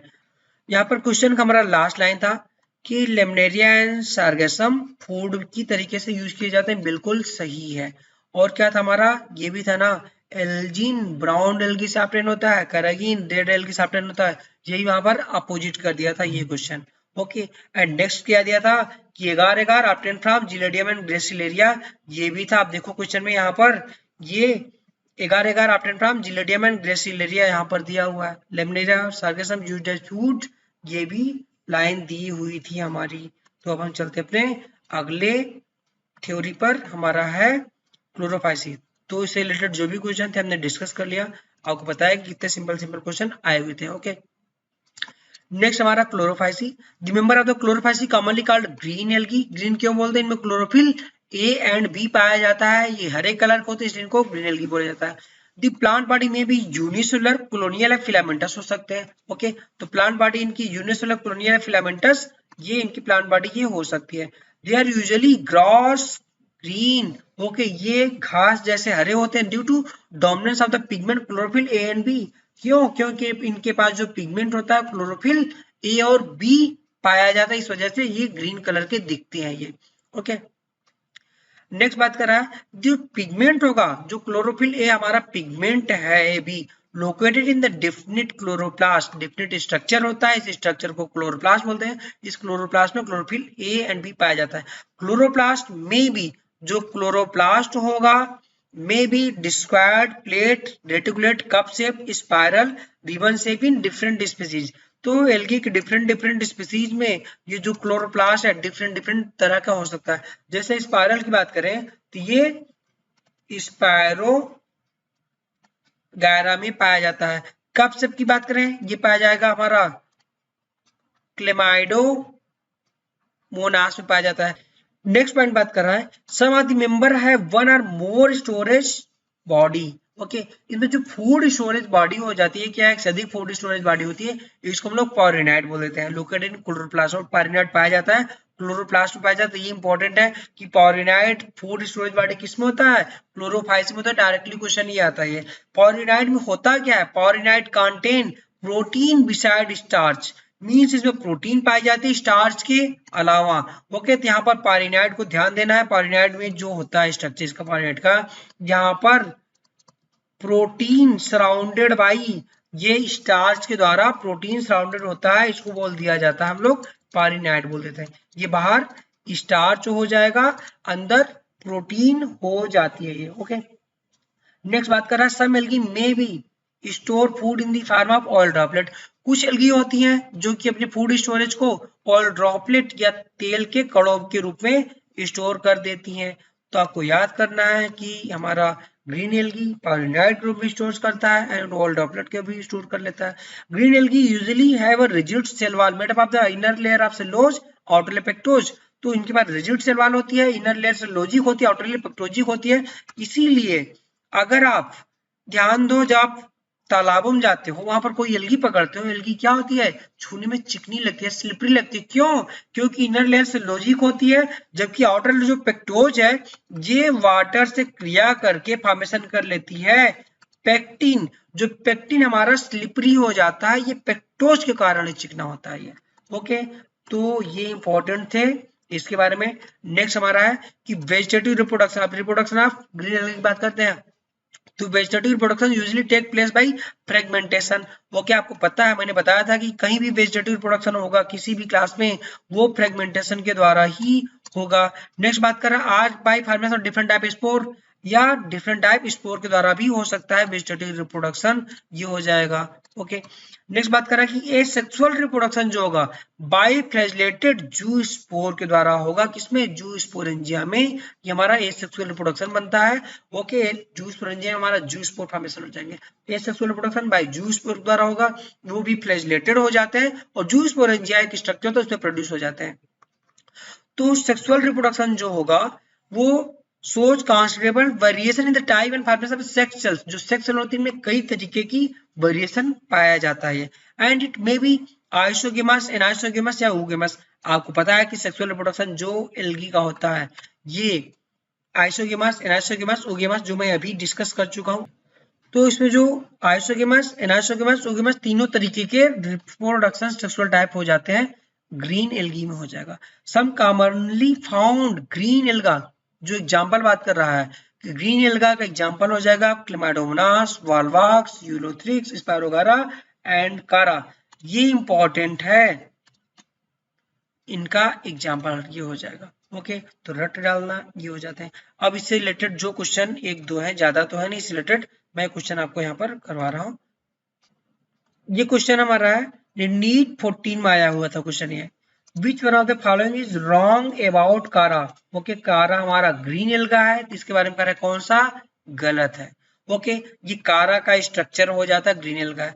इसमें ऊपर की ओर उडोगोनियम या ऊगोनियम पाया जाता है, इसको फीमेल सेक्स ऑर्गन बोल देते हैं, जबकि इंथ्रेडियम ये मेल सेक्स ऑर्गन, ये नीचे ग्लोबुलर स्ट्रक्चर है, तो फीमेल को प्रोटेक्ट करके रखा जाता है। ऊगोनियम हमारा फीमेल सेक्स ऑर्गन ऊपर है ये। ओके, अपर एंड इंथ्रेडियम ये लोअर पाया जाएगा, बहुत इंपॉर्टेंट है, ये लोअर पाया जाता है। यही क्वेश्चन 2 बार नीट में आया था, दोनों बार मैं दिखा रहा हूँ, लगातार आया था कारा के बारे में। अपर ऊगोनियम एंड लोअर राउंड एंथ्रेडियम बिल्कुल सही है कारा के बारे में, जबकि बात कर रहा है क्या, रॉन्ग की बात कर रहा है। B, globule and nucule present in the same plant. Globule and nucule के बारे में आप कारा के बारे में नहीं जानते हो, ना एनसीईआरटी में दिया हुआ है। ओके, नेक्स्ट डिस्कस करते हैं। सी की बात कर रहा है अपर एंथ्रेडियम एंड लोअर ऊगोनियम। अब हमने पकड़ लिया, ग्लोबुल नकुल नहीं जानते, बट हम ऊगोनियम और एंथ्रेडियम तो जानते हैं ना। ओके, हमको पता है कारक बारे में, ऊपर की ओर ऊगोनियम है, लोअर एंथ्रेडियम है, जबकि बात क्या कर रहा है अपर एंथ्रेडियम, ये रॉन्ग हो गया। लोअर ऊगोनियम रॉन्ग हो गया। पहला ऑप्शन हमारा अपर ऊगोनियम था, लोअर राउंड एंथ्रेडियम था ना, ये सही था, तो ये रॉन्ग हो गया। सी हमारा रॉन्ग हो गया। इस तरीके के क्वेश्चन हमने बी और D globule mail reproductive structure हम नहीं जानते हैं कि ग्लोबुल और नकुल होता क्या, फिर भी इस क्वेश्चन को हमने सही कर लिया। मींस ये हमारा जब गलत हो जाएगा तो डी और बी आसानी पूर्वक सही हो जाएंगे। ओके, तो क्लियर, तो सी हमारा रॉन्ग हो जाएगा, अपर एंथ्रेडियम लोअर ऊगोनियम, आप यहाँ डायग्राम में देख सकते हो। और ग्लोबुल और नकुल की बात करेगा सेम प्लांट पर, तो ये ग्लोबुल की बात करिए male reproductive structure known as globule, तो ऊगोनियम को ये बोल देंगे नोक्यूल बोल देंगे। ओके, क्लियर हो गया हमारा, इससे ज्यादा क्लियर हो गया तो हमारा बी और डी क्लियर हो गया एंड सी रॉन्ग हो जाएगा। यहाँ पर ये क्वेश्चन आया। नेक्स्ट बात कर रहा है क्वेश्चन नेक्स्ट कि मोनोसिस प्लांट ऑफ कारा सोज अकरेंस ऑफ, ये नीट 2013 में क्वेश्चन आया और सेम क्वेश्चन अभी हमने किया, वो 2014 में सेम क्वेश्चन रिपीट हुआ था। ओके, बट ऑप्शन चेंज हो गए थे। अब कारा की बात कर रहा है, कारा के स्ट्रक्चर हो जाएगा अपर ऊगोनियम लोअर एंथ्रेडियम हो जाएगा। ओके, तो option a upper antheridium and lower oogonium same plant, lower oogonium नहीं था अपर था, सो ये रॉन्ग हो जाएगा। Okay, b upper oogonium and lower antheridium same plant बिल्कुल सही है, सेम ऑप्शन, ये दो के दोनों ऑप्शन रिपीट किया था 2014 में। ये क्वेश्चन आप देखो, ये क्वेश्चन देख सकते हो, नीट 2014 का क्वेश्चन था, सेम ऑप्शन यहाँ पर ये रिपीट किया था आपका option A and option C, ये 2013 से डायरेक्टली इसने उठा लिया था। ओके, आप 2013 का क्वेश्चन देखो, आप देख सकते हो यहाँ पर दिया हुआ है antheridiophore and archegoniophore on the same plant. No, antheridiophore archegoniophore ये पाए जाते हैं मार्केंसिया में पाया जाता है और डिफरेंट थैलस पाए जाएंगे। ओके, डिफरेंट थैलस पर होते हैं, एक थैलस पर नहीं होते हैं, आप आगे पढ़ोगे, सो ये रॉन्ग हो जाएगा। D stamen and carpel on the same plant. Okay, तो stamen and carpel same plant ये पाए जाते हैं एंजियोस्पर्म होते हैं, कारा में नहीं होते, सो रॉन्ग हो जाएगा। ओके, आपका पहला रॉन्ग हो गया, बी हमारा करेक्ट हो जाएगा कि अपर उगोनियम है और लोअर एंथ्रेडियम सेम प्लांट पर ये हो जाएगा। Okay clear. तो हम नेक्स्ट अपनी थ्योरी देखते हैं। अब हम डिस्कस करेंगे फियोफाइसी, हमारा नेक्स्ट क्लास हो जाएगा Phaeophyceae. The member of the Phaeophyceae are the brown algae, इनको ब्राउन एल्गी बोला जाता है। Are found primarily in the marine habitat, mainly marine habitat पाए जाते हैं। They show great variation in size and form, ये साइज और form में बहुत ज्यादा वेरिएशन कर सकते हैं, मीन से माइक्रोस्कोपिक से लेकर के 100 फीट तक हो जाते हैं, जो कि आगे दिखाया हुआ है। ये दे रेंज फ्रॉम सिंपल ब्रांच, यहाँ पर ध्यान देना आप लोग कि ये होता क्या है, range from simple branch filamentous form Ectocarpus. Okay, simple branch filamentous form हमारा इक्टोकार्पस हो जाएगा, जबकि profusely branch form as represent by kelp, जो कि प्रोफ्यूजली ब्रांच स्ट्रक्चर हमारा ये हो जाता है, केल्प रिप्रेजेंट कर देता है। तो यहाँ पर रटना है, सिंपल ब्रांच फिलामेंटस हमारा इक्टोकार्पस हो जाएगा, जबकि प्रोफ्यूजली ब्रांच हमारा ये केल्प हो जाता है, ये ब्राउन एल्गी हो जाते हैं। जो केल्प होता है, आगे बात कर रहा है कि विच में रीच हाइट ऑफ 100 मीटर तक, और केल्प हमारा जो होगा ये लगभग 100 मीटर की हाइट तक पहुंच जाता है, मींस 300 फीट के आसपास इतनी लंबाई पहुंच जाती है। जबकि हमारा सिंपल फॉर्म है इक्टोकार्पस छोटा सा है, जबकि केल्प हो जाएगा 100-300 फीट, मींस आप इतना बड़ा आपका कोई एंजियोस्पर्म भी नहीं होता है, इतनी लंबाई हो जाती है वाटर के अंदर, समुद्र के अंदर 300 फीट लंबाई इसकी पहुंच जाती है, साइज हो जाती है केल्प की। वही बात कर रहा है कि ये ज्यादा, इसका बहुत ज्यादा वेरिएशन शो कर देता है साइज और फॉर्म में। ओके, ये क्वेश्चन बनेगा वो कौन सी एल्गी है जो साइज और फॉर्म में ग्रेट वेरिएशन शो करती है, ब्राउन एल्गी है। डायरेक्टली क्वेश्चन यहाँ से इस तरीके से राइज हो जाएगा। They possess chlorophyll A and c, बहुत इंपॉर्टेंट है, they possess chlorophyll A and c, carotenoid and xanthophyll, ये इनके पास ये पाया जाता है पिगमेंट के रूप में। ओके, इन्हीं के आधार पर ये डिफरेंट डिफरेंट कलर के हो सकते हैं। They vary in the colour from olive green to various shaded of the brown. Okay, इनका कलर जो होगा olive green to various shaded colour के ब्राउन ये हो जाते हैं। किस पर डिपेंड करते हैं, ये इनके अमाउंट पर डिपेंड करते हैं। ओलिव ग्रीन, ओलिव मतलब क्या, आपका ऑयल, ऑयल आपको पता है तेल आपका किस कलर का होता है, येलो कलर का, पीले कलर का हो जाता है ये। ओके, और ग्रीन मतलब हरा, तो सुनहरा पीला बोल सकते हो। ओके, या सुनहरा हरा बोला जा सकता है इसको। ओके, ओलिव ग्रीन मतलब इसको सुनहरा हरा बोल दे सकते हो उसको। डिपेंडिंग अपॉन अमाउंट ऑफ, किस पर, इनका कलर किस पर डिपेंड करता है, depending upon the amount of xanthophyll pigment और फ्यूकोजेंथिन जो इनके अंदर पाया जाता है, इसके आधार पर ये डिफरेंट डिफरेंट कलर के ये हो जाते हैं ये। ओके, तो आपको पता होना चाहिए फ्यूकोजेंथिन और ज़ैंथोफिल पिगमेंट के आधार पर इनका कलर डिफरेंट डिफरेंट हो जाता है। नेक्स्ट इंपॉर्टेंट बात कर रहा है कि जो इनका फूड स्टोर होता है, ये क्वेश्चन नीट में आ चुका, food stored as complex carbohydrate, complex carbohydrate के रूप में इनका फूड स्टोर हो जाता है। नेक्स्ट बात कर रहा है which may be in the form of laminarin या मैनिटॉल, तो जो ये फूड स्टोरेज होता है ये लेमिनेरियन या मैनिटॉल के रूप में स्टोर हो जाता है। ये क्वेश्चन नीट में खूब आया हुआ है ब्राउन एल्गी के बारे में। नेक्स्ट बात कर रहा है कि वेजिटेटिव सेल्स जो होती है वह सेलोजिक वाल, सेलोजिक सेल वाल की बनी होगी, usually covered by outside bye gelatinous coating called Elgin. Okay, जो इनकी वेजिटेटिव सेल्स होती है, इनकी जो सेलोज होती है, उनकी कवरिंग जो होती है सेल वाल की, इनमें सेलोज की कवरिंग पाई जाएगी, लेकिन जो सबसे बाहर की ओर होती है वो एल्जिन की पाई जाती है। इनर साइड तो हमारा सेलोजिक सेल वाल होगी, लेकिन सेलोजिक सेल वाल बाहर की ओर एल्जिन से कवर होती है। तो क्वेश्चन सीधे बनता है Elgin obtained from brown algae. अब क्लियर हो गया कि एल्जिन क्या था हमारा, दिस इज द हाइड्रोकोलाइड्स था ना। ओके, ये हाइड्रोकोलाइड्स था। अब क्लियर हो गया एल्जिन ये ब्राउन एल्गी की सेल वाल से ऑब्टेन की जाती है हाइड्रोकोलाइड। क्लियर हो गया, रटना नहीं पड़ेगा। नेक्स्ट बात कर रहा है कि इनका जो प्रोटोप्लाज्म है, protoplast contain addition to plastids, इनके प्रोटोप्लास्ट में प्लास्टिड के अलावा सेंट्रली लोकेटेड वैक्यूल्स और न्यूक्लियस भी पाया जाता है ये। ओके, तो सेंट्रली लोकेटेड न्यूक्लियस भी इनमें पाया जाएगा। The plant body usually attach to substratum, जो इनकी प्लांट बॉडी होती है ये सबस्ट्रेट से अटैच होती है, किसके द्वारा, होल्ड फास्ट के द्वारा अटैच ये हो जाती है ये। ओके, एंड इसके अलावा प्लांट बॉडी में जो इनकी प्लांट बॉडी है इनमें पाया जाता है आपका होल्ड फास्ट पाया जाएगा, जिससे ये अटैच हो जाते हैं, एंड स्टाल्क पाया जाता है जो कि डंडेनुमा संरचना हो जाती है ये, ओके, एंड स्टाइप, जिसको हम लोग डंडेनुमा संरचना को स्टाइप हम लोग बोल देते हैं, and leaf like photosynthetic organ होता है जिसको हम लोग फ्रांड बोल दिया जाता है ये, ओके। तो इसकी लीफ लाइक फोटोसिंथेटिक ऑर्गन को फ्रांड बोल देते हैं। तो इनकी प्लांट बॉडी 3 भागों में डिवाइड होती है, ये hold fast, stipe and frond, okay.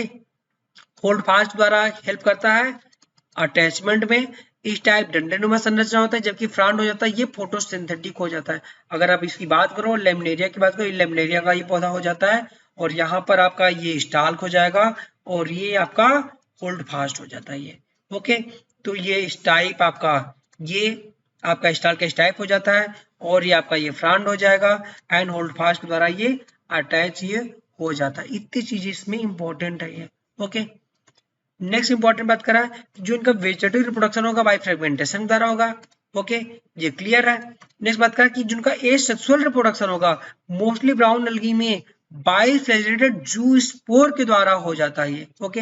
Asexual reproduction, इसमें फ्लैजिलेटेड जू स्पोर है, लेकिन जो जू स्पोर होते हैं वो पियर शेप हो जाता है, इनमें जो फ्लैजला होगा वो अनइक्वल छोटा बड़ा होगा, और लिटरली अटैच ये फ्लैजला हो जाता है। ये क्वेश्चन आता है कि unequal literally attached flagella found in, ये पाया जाएगा ब्राउन एल्गी में हो जाएगा। 2 अनइक्वल लिटरली अटैच्ड फ्लैजला ये ब्राउन एल्गी में पाया जाता है, बायोफ्लैजिलेटेड जू स्पोर हो जाते हैं, ओके। सेक्सुअल रिप्रोडक्शन में भी आइसोगेमस, एनाइसोगेमस एंड ओगेमस हो जाता है ये, ओके। तो सेक्सुअल रिप्रोडक्शन आइसोगेमस, एनाइसोगेमस, ओगेमस तीनों तरीके के ये पाए जाएंगे, ओके। नेक्स्ट बात करें यूनियन ऑफ गैमीट, जो गैमीट निकलेंगे इसके, उन गैमीट में ये वाटर में पाए जाते हैं, ये वाटर में पाए जा सकते हैं, या with in the oogonium oogamous species में पाए जाएंगे, ओके। जो ये गैमीट हमारे निकलते हैं ये पानी में भी पाए जा सकते हैं, लेकिन उगेमा स्पीसीज में कहाँ पाए जाएंगे, उगोनियम स्ट्रक्चर होता है वहां पर उगेमा स्पीसीज में गैमीट उगोनियम में पाए जाएंगे।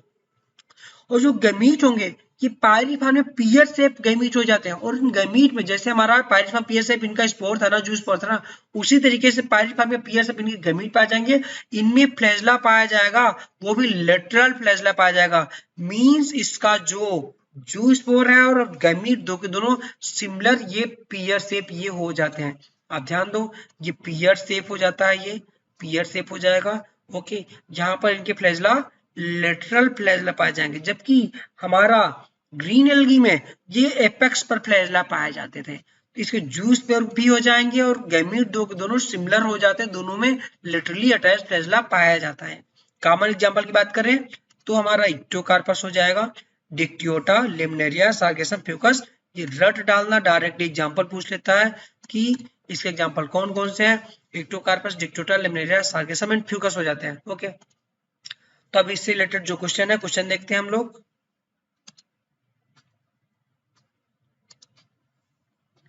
आप फ्यूफासी क्वेश्चन देखो, life cycle of the Ectocarpus and Fucus respectively, okay.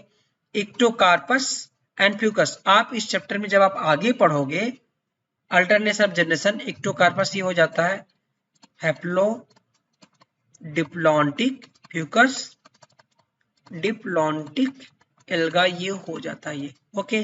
तो फ्यूकस हमारा डिप्लॉन्टिक, ये भी हो जाएगा diplontic, Ectocarpus haplodiplontic, option b correct इसका हो जाएगा, ओके। ये नीट 17 में क्वेश्चन आया हुआ था बेटा, इसलिए मैंने यहाँ रख दिया। नेक्स्ट क्वेश्चन, अगला क्वेश्चन हमारा बात करा है नीट 2015 में था, मेल गैमीट आर फ्लैजिलेटेड इन, तो मेल गैमीट जो होंगे वो फ्लैजिलेटेड होंगे किसमें, यहाँ पर ध्यान देना है।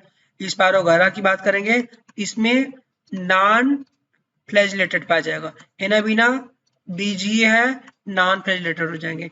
अब बात करा Polysiphonia Ectocarpus, Polysiphonia this is the red algae है, इसमें फ्लैजेला एब्सेंट हो जाता है, तो बचा क्या हमारा इक्टोकार्पस, ब्राउन एल्गा हमारा फ्लैजिलेटेड मेल गैमीट पाए जाएंगे, अनइक्वल लिटरली अटैच्ड फ्लैजिला पाया जाएगा।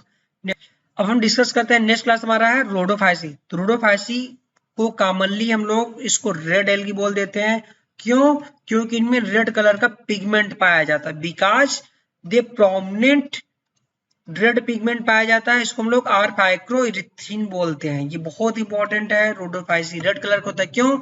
ये रेड कलर का जो पिगमेंट है आर फाइक्रोइरिथ्रिन ना, इसी की वजह से ये रेड कलर के दिखते हैं ये। Okay, majority of the red algae ये greater concentration found in the warmer areas. Okay, तो वार्मर एरियाज में इनके ग्रेटर कंसंट्रेशन पाया जाता है ज्यादातर रेड एल्गीज का। और नेक्स्ट बात कर रहा है कि they occur in the both well lighted, बहुत इंपॉर्टेंट यहाँ पर है कि वेल लाइटेड एरिया में, both in well lighted region close to surface of water. Well lighted mean surface of water, जहां पर सबसे ज्यादा लाइट पाई जाएगी, वेल लाइटेड हो गया, यहाँ पर पाए जाएंगे। Okay, and also at a great depth in the ocean, समुद्र में इतनी गहराई पर पाए जाते हैं जहां पर बिल्कुल लाइट पाई नहीं जाती, जहां कोई भी प्लांट सर्वाइव नहीं कर सकता, वहां पर भी पाए जाते हैं। Where relatively little light penetrate. Okay, तो ये बहुत इंपॉर्टेंट है रेड एल्गी के बारे में। ये कहाँ कहाँ पाए जा सकते हैं? ये वार्मर एरिया में पाए जाएंगे। ओके, ग्रेटर कंसंट्रेशन गर्म पानी में पाया जाता है, और close to surface of water, जहां पर सबसे ज्यादा लाइट पाई जाती है वहां पर पाए जाएंगे, और जहां पर लाइट नहीं पाई जाती है बॉटम में, वहां पर भी रेड एल्गी पाए जाएंगे। तो सबसे ऊपर सरफेस पर रेड एल्गी पाई जाएगी, और बॉटम में तलहटी पर समुद्र के वहां पर भी रेड एल्गी पाई जाती है, जहां पर ग्रेट डेप्थ होता है लाइट नहीं पाई जाती है। तो ये क्वेश्चन बोलता है कि इनका आवास में lighted and non lighted area में कौन से पाई जाते हैं? रेड एल्गी पाई जाती है। इस तरीके से क्वेश्चन राइज हो सकता है। नेक्स्ट है red thalli of the most of the red algae are the multicellular. Yes, red thalli जो होती है एल्गी के जो थैलस होता है ये मल्टी सेलुलर ये हो जाता है ये। Okay, next some of them have complex body organisation. इनका जो थैलस होती है इनका कॉम्प्लेक्स बॉडी ऑर्गेनाइजेशन इनका ये हो जाता है, बहुत ही कॉम्प्लेक्स ऑर्गेनाइजेशन, बहुत ही कठिन इनकी संरचना ये हो जाती है। अब नेक्स्ट बहुत इंपॉर्टेंट बात करें कि जो फूड स्टोर होता है इसको बोलते हैं हम लोग फ्लोरिडियन स्टार्च बोल देते हैं। फूड के स्टोरेज को फ्लोरिडियन स्टार्च में ये फूड स्टोर करके रखता है। और ये क्वेश्चन नीट में आ चुका है कि फ्लोरिडियन स्टार्च होता है वेरी सिमिलर टू माइलोपेक्टिन, और ग्लाइकोजन के स्ट्रक्चर जैसा वेरी सिमिलर ही हो जाता है। ये नीट में क्वेश्चन आ चुका, अभी मैं क्वेश्चन करवाता हूँ। ओके, नेक्स्ट बात कर रहा है कि red algae usually reproduces vegetatively by fragmentation. Okay, fragmentation द्वारा रिप्रोडक्शन वेजिटेटिव का हो जाता है। दे रिप्रोड्यूसेस एसेक्सुअली बाय, बहुत इंपॉर्टेंट है, ब्राउन एल्गी में एसेक्सुअल रिप्रोडक्शन ये मोटाइल जूस स्पोर के द्वारा होता फ्लैजेला पाया जाता था, बट इसमें asexual reproduction non motile juice spore के द्वारा हो जाता है, नॉन मोटाइल स्पोर बोल देते हैं। And sexual reproduction non motile gamete के द्वारा हो जाएगा, दो के दोनों नॉन मोटाइल ही हो जाते हैं। क्यों? क्योंकि इनमें फ्लैजेला एब्सेंट हो जाता है, इसलिए non motile spore and non motile gamete sexual reproduction हो जाता है। तो हम यहाँ पर देखते हैं, यहाँ पर दिया हुआ है नॉन मोटाइल गैमीट, यहाँ पर दिया हुआ है ना नॉन मोटाइल गैमीट।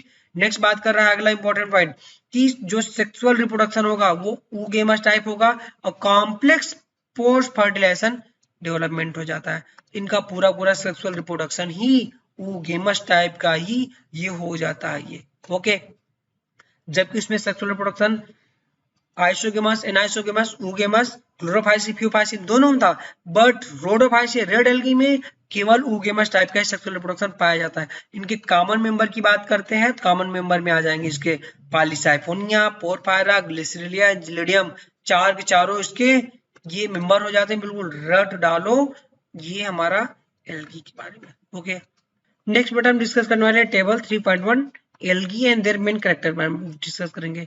ये क्लास क्लोरोफाइसी, फ्यूफाइसी, रोडोफाइसी। तो क्लोरोफाइसी की बात करेंगे, कॉमन नेम इनको ग्रीन एल्गी बोला जाता है। Major pigment chlorophyll A and B पाया जाएगा।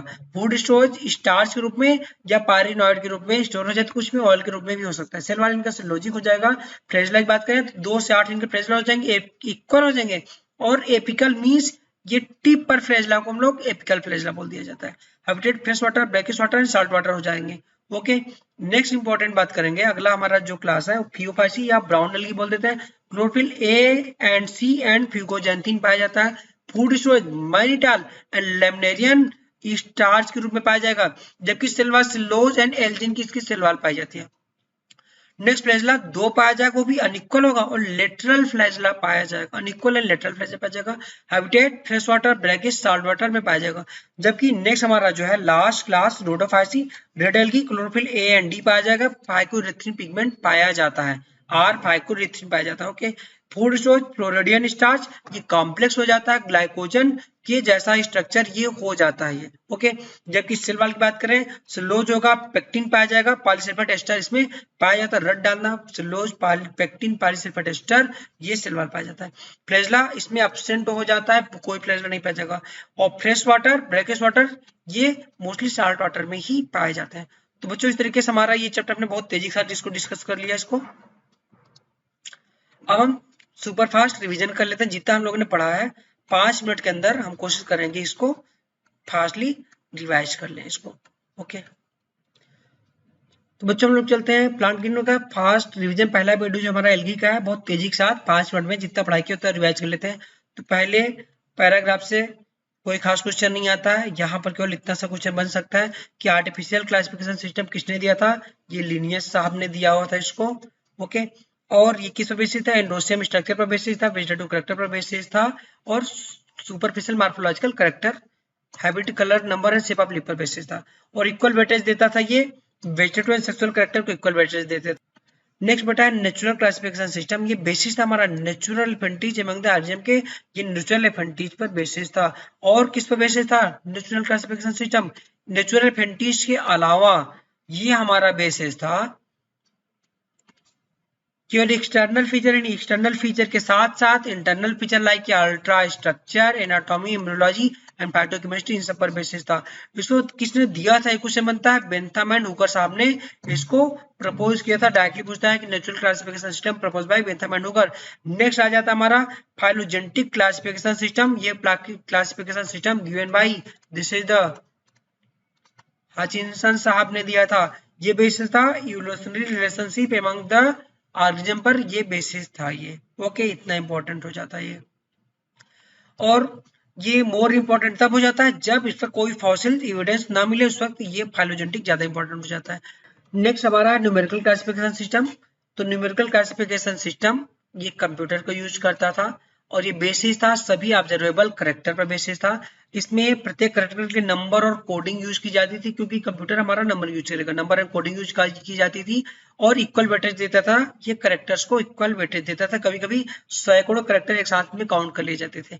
और नेक्स्ट है साइटोटैक्सोनॉमी एंड कीमोटैक्सोनॉमी। साइटोटैक्सोनॉमी किस पर बेसिस था, ये साइटोलॉजिकल इंफॉर्मेशन पर बेसिस था, chromosome number, structure and behaviour पर। जबकि कीमोटैक्सोनॉमी chemical constituent of the plant पर बेसिस था। और टैक्सोनॉमिस्ट आज यही यूज करते हैं, जितने भी कंफ्यूजन है उनको रिजॉल्व करने के लिए जो टैक्सोनॉमिस्ट हैं, कीमोटैक्सोनॉमी एंड साइटोटैक्सोनॉमी, इन दोनों को यूज अप करते हैं। अब हम नेक्स्ट डिस्कस करेंगे एल्गी को, फास्ट रिवाइज करेंगे। एल्गी जो पाई जाती है ये क्लोरोफिल बेरिंग होते हैं, सिंपल थैलॉइड ऑटोट्रॉपिक स्ट्रक्चर हो जाते हैं, गिबॉर्ड स्टोन, सॉइल एंड वुड पर पाए जाते हैं। और इनका एग्जांपल ये लाइकेन के रूप में पाए जाते हैं, फंगस के साथ सिम्बायोटिक एसोसिएशन के द्वारा ये लाइकेन में पाए जाते हैं। एनिमल्स पाए जाने वाले ये स्लोथ बियर में पाए जाएंगे। ओके, कॉलोनियल फॉर्म क्वेश्चन आ चुका है, ये वॉलवॉक्स हमारा कॉलोनियल हो जाता है, फिलामेंटस हमारा यूलोथिक्स स्पायरोगारा हो जाता है। ये केल्प जो होती है मैरीन केल्प होती है, और मैसिव प्लांट बॉडी बहुत बड़ी बड़ी प्लांट बॉडी फॉर्मेशन कर लेती हैं। ओके, नेक्स्ट हमारा अगला पैराग्राफ है, इंपॉर्टेंट है। एल्गा वेजिटेटिव, सेक्सुअल और एसेक्सुअल दोनों के द्वारा रिप्रोडक्शन करता है। वेजिटेटिव रिप्रोडक्शन ये फ्रेगमेंटेशन के द्वारा हो जाएगा, जबकि एसेक्सुअल रिप्रोडक्शन जूस्पोर के द्वारा हो जाता है। जूस्पोर फ्लैजिलेटेड हो सकते हैं तो मोटाइल होंगे, नॉन फ्लैजिलेटेड होंगे तो नॉन मोटाइल हो जाएंगे। ओके, और सेक्सुअल रिप्रोडक्शन ये गैमीट के फ्यूजन की वजह से होता है। गैमीट हमारे flagellated and similar size Ulothrix में हो जाते हैं, non flagellated non motile spirogyra में हो जाएंगे सिमिलर साइज। ये क्वेश्चन आ चुका है। आइसोगेमस में नॉन मोटाइल या नॉन फ्लैजिलेटेड स्पायरोगारा 2 से 3 बार क्वेश्चन आ चुका है ये। ओके, इसको बोलते हैं आइसोगेमस कंडीशन बोलते हैं। जबकि अगर डिसिमिलर साइज है तो आइसोगेमस हमारा यूडोरिनम पाया जाता है। ये क्वेश्चन नीट में इंपॉर्टेंट है, बहुत इंपॉर्टेंट क्वेश्चन है। जबकि नेक्स्ट बात कर रहा है उगेमस टाइप वॉलवॉक्स एंड फ्यूकस में पाया जाएगा। इसमें क्या होता है कि स्टैटिक हमारी फीमेल नॉन मोटाइल स्टैटिक हो जाएगी, जबकि छोटा सा मेल हमारा मोटाइल गैमेट हो जाता है। ये हमारा है एल्गी बारे में कि लगभग आधी कार्बन डाइऑक्साइड पूरे विश्व की अकेले हमारा फोटोसिंथेसिस द्वारा एल्गी फिक्स कर देती हैं, और अपने इन्वायरमेंट में फोटोसिंथेसिस द्वारा इमीडिएट इन्वायरमेंट में ऑक्सीजन को डिजॉल्व करते हैं। ये क्वेश्चन आ चुका है नीट में ये। और ये energy rich level primary producer की तरह बिहेवियर करते हैं, जिससे कि इक्वेटोरियल को फूड मिल सकता है। ओके, पोरफायरा, लेमिनेरिया, सार्गेसम ये समुद्र की 70 स्पीसीज में से एक है, जिनकी बहुत सी प्रजातियां खाने के लिए प्रयोग की जाती हैं। इनमें वाटर होल्डिंग सब्सटेंसेस जिसको बोलते हैं हाइड्रोक्लोराइड ऑब्टेन की जाती है। एल्गी एल्जिन जो कि ब्राउन एल्गी से निकाला जाता है। कैरागिन जो कि रेड एल्गी से ऑब्टेन किया जाता है। बहुत इंपॉर्टेंट है, कई बार क्वेश्चन ये आ चुका है। ओके, जबकि एगार एगार की बात करें तो एगार एगार ऑब्टेन फ्रॉम ये जिलेडियम एंड ग्रेसिलेरिया या रेड एल्गी से एगार एगार ऑब्टेन किया जाता है ये। ओके, नेक्स्ट क्लोरेला एंड स्पारुलिना जो कि यूनिसेलुलर एल्गा होता है, स्पेस ट्रेवलर्स के लिए फूड के तरीके से यूज किए जाते हैं। इनको 3 क्लास में डिवाइड किया गया है। अब प्रत्येक क्लास को हम डिस्कस कर लेते हैं। सबसे पहला हमारा क्लास आ जाता है ये क्लोरोफाइसी आ जाता है। यहाँ पर इनको ग्रीन एल्गी बोलते हैं। ये यूनिसेलुलर क्लोरोफिल फिलामेंटस हो सकते हैं। यूजुअली ये ग्रीन होते हैं, क्यों? क्लोरोफिल ए एंड बी पाया जाता है इनमें ये। ओके, इनका क्लोरोप्लास्ट जो होगा discoid plate like reticulate cup shape spiral ribbon shape, ये डिफरेंट स्पीशीज में डिफरेंट हो जाते हैं। इनमें फूड स्टोरेज बॉडी होती है जिसको हम लोग पायरिनाइड बोल देते हैं। ये पायरिनाइड में प्रोटीन कवर्ड बाय स्टार्च हो जाता है। Pyrenoid content protein beside starch means protein covered by starch हो जाता है। और कुछ में और ड्रॉपलेट के भी फूड हो जाता है ये। उनकी जो सेल वॉल होती है इनर लेयर सेलोजिक हो जाती है, आउटर लेयर पेक्टोज हो जाती है। पेक्टोज वाटर से क्रिया करके पेक्टिन बनाता है जो कि स्लिपरी हो जाता है। वेजिटेटिव रिप्रोडक्शन फ्रेगमेंटेशन के द्वारा हो जाता है। सेक्सुअल रिप्रोडक्शन बाय जूस्पोर के द्वारा हो जाएगा, जबकि सेक्सुअल रिप्रोडक्शन बाय ये गैमीट के द्वारा हो जाएगा। वो आइसोगेमस, एनाइसोगेमस, ओगेमस 3 तरीके के हो सकते हैं। क्लेमाटोग्रास, वॉल्वॉक्स, यूलोथिक्स वगैरह कारा इसके हमारे हो जाते हैं एग्जाम्पल के तौर पर। अब नेक्स्ट हमारा हम डिस्कस करेंगे फियोफाइसी के बारे में डिस्कस करने वाले हैं। फियोफाइसी को हम लोग ब्राउन एल्गी बोलते हैं। क्यों? क्योंकि इनमें ब्राउन पिगमेंट ये पाया जाता है xanthophyll and carotenoid, chlorophyll A C carotenoid xanthophyll and fucoxanthin, ये पिगमेंट पाया जाता है। इसी पिगमेंट के आधार पर ये कई तरीके के कलर के अपियर हो जाते हैं ये। ओके, इनका example simple branch filamentous form Ectocarpus हो जाता है, जबकि फ्रूटली ब्रांच की बात करेंगे तो केल्प हो जाता है जो कि 100 मीटर के आसपास लंबाई इसकी हो जाती है ये। ओके, नेक्स्ट है कि हमारा जो ब्राउन एल्गी फूड स्टोरेज होता है कॉम्प्लेक्स कार्बोहाइड्रेट जिसको बोलते हैं हम लोग लेमिनेरियन स्टार्च या मैनिटाल ग्रुप में फूड स्टोर हो जाता है।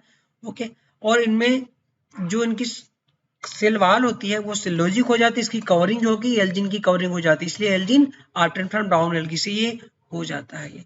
ओके, प्लांट बॉडी 3 भागों में डिवाइड होती है। होल्ड जिससे चिपकता है, स्टाल को इसको स्टाइप बोलते हैं। फाइनली फोटोसिंथेसिस इसका फ्रॉन्ड ये हो जाता है। वेजिटेटिव रिप्रोडक्शन फ्रेगमेंटेशन द्वारा होगा। Asexual reproduction by flagellated zoospore द्वारा होता है। और फ्लैजला अनइक्वल और लेटरल अटैच फ्लैजला होता है, ये इंपॉर्टेंट है। जबकि सेक्सुअल रिप्रोडक्शन ये आइसोगेमस, एनाइसोगेमस, ओगेमस 3 तरीके हो सकता है, और वो भी गैमीट के द्वारा हो जाएगा। जो गैमीट हो जाते हैं ये पाइलफॉर्म पीयर शेप हो जाते हैं, लेकिन इनमें जो फ्लैजला होगा वो lateral attach flagella biflagellate, वो भी लिटरली अटैच फ्लैजला हो जाता है। Ectocarpus, Dictyota, Laminaria, Sargassum, Fucus, ये इनके एग्जांपल हो जाते हैं। नेक्स्ट हम डिस्कस करते हैं रोडोफाइसी।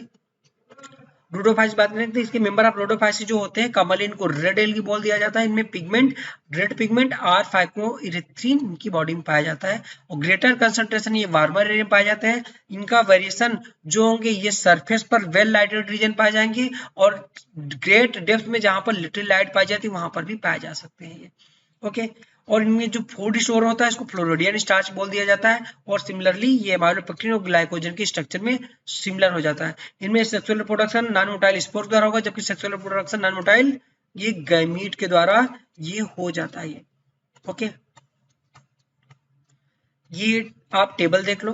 क्लोरोफाइसी ग्रीन एल्गी बोलते हैं, क्लोरोफिल ए भी पाया जाएगा, फूड स्टोर हमारा स्टार्च हो जाएगा, सेल वॉल सेलोजी हो जाएगी, फ्लैजला 2 to 8 पाया जाएगा। जबकि फियोफाइसी ब्राउन एल्गी बोलते हैं, chlorophyll A C fucoxanthin carotenoid xanthophyll पाया जाएगा, फूड स्टोर मैनिटाल लेमिनेरिया स्टार्च पाया जाएगा, सेल वॉल सेलोजन एल्जिन की बनी होती है ये।